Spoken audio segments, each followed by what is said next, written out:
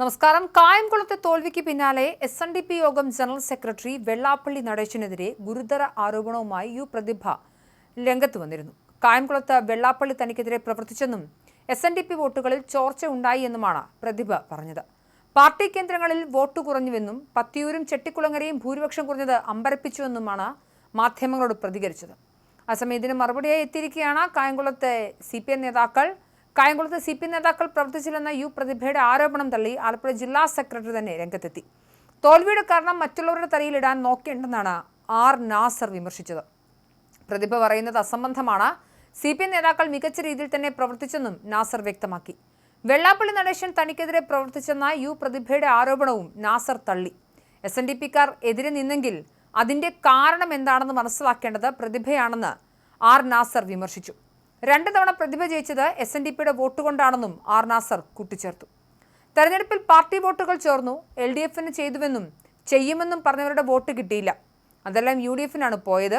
ഇതുപോലൊരു സാഹചര്യം മുൻപ് ഉണ്ടായിട്ടില്ല എന്നും R. നാസർ വ്യക്തമാക്കി. പാർട്ടിയുടെ ഭാഗത്ത് പിഴവുകൾ ഉണ്ടായിട്ടുണ്ടോ എന്നും ജനകീയ പ്രശ്നങ്ങളിൽ ഇടപെടുന്നതിൽ പോരായ്മകൾ വന്നോ എന്നും വിശദമായി തന്നെ പരിശോധിക്കുമെന്നും R. നാസർ പറഞ്ഞു. കായംകുളത്തെ തോൽവിക്ക് പിന്നാലെയാണ് SNDP യോഗം ജനറൽ സെക്രട്ടറി വെള്ളാപ്പള്ളി നടേശനെതിരെ ഗുരുതര ആരോപണവുമായി യു പ്രതിഭ രംഗത്ത് വന്നത്. കായംകുളത്ത് വെള്ളാപ്പള്ളി തനിക്കെതിരെ പ്രവർത്തിച്ചെന്നും SNDP വോട്ടുകളിൽ ചോർച്ച ഉണ്ടായെന്നും പ്രതിഭ പറഞ്ഞിരുന്നു. പാർട്ടി കേന്ദ്രങ്ങളിൽ വോട്ട് കുറഞ്ഞുവെന്നും പത്തിയൂരും ചെട്ടിക്കുളങ്ങരയും ഭൂരിപക്ഷം കുറഞ്ഞത് അമ്പരപ്പിച്ചുവെന്നാണ് അവർ മാധ്യമങ്ങളോട് പ്രതികരിച്ചത്.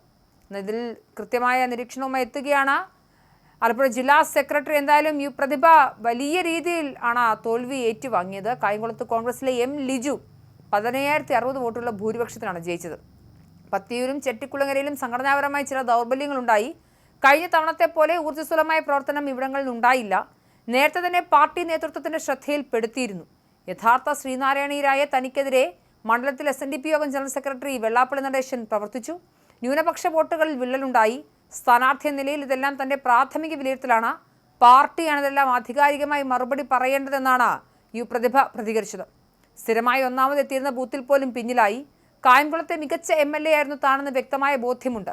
ജനവിധി അംഗീകരിക്കുന്നതായും അവർ വ്യക്തമാക്കി. എന്നാൽ UDF സ്ഥാനാർത്ഥി M. ലിജു 76651 വോട്ടുകൾ നേടിയാണ് വിജയിച്ചത്. യു പ്രതിഭയ്ക്ക് 61079 വോട്ടുകളും BDJS സ്ഥാനാർത്ഥി തമ്പി മെട്ടുതറയ്ക്ക് 16973 വോട്ടുകളുമാണ് ലഭിച്ചത്.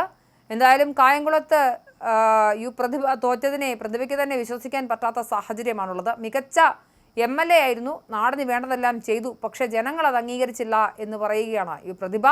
മാത്രമല്ല SNDP വോട്ടുകൾ കുറഞ്ഞു എന്നത് പ്രതിഭയുടെ വലിയൊരു പരാതിയുമായി ഉയരുന്നുണ്ട്. എന്തായാലും ഇടതുപക്ഷ പാളയത്തിൽ ഏറ്റവും അവസാനം വരെയും ചേർന്ന് നിന്ന വ്യക്തിയായിരുന്നു വെള്ളാപ്പള്ളി നടേശൻ. വെള്ളാപ്പള്ളി നടേശനെതിരെയാണ് ഇപ്പോൾ യു പ്രതിഭ രംഗത്തെത്തിയിരിക്കുന്നത്.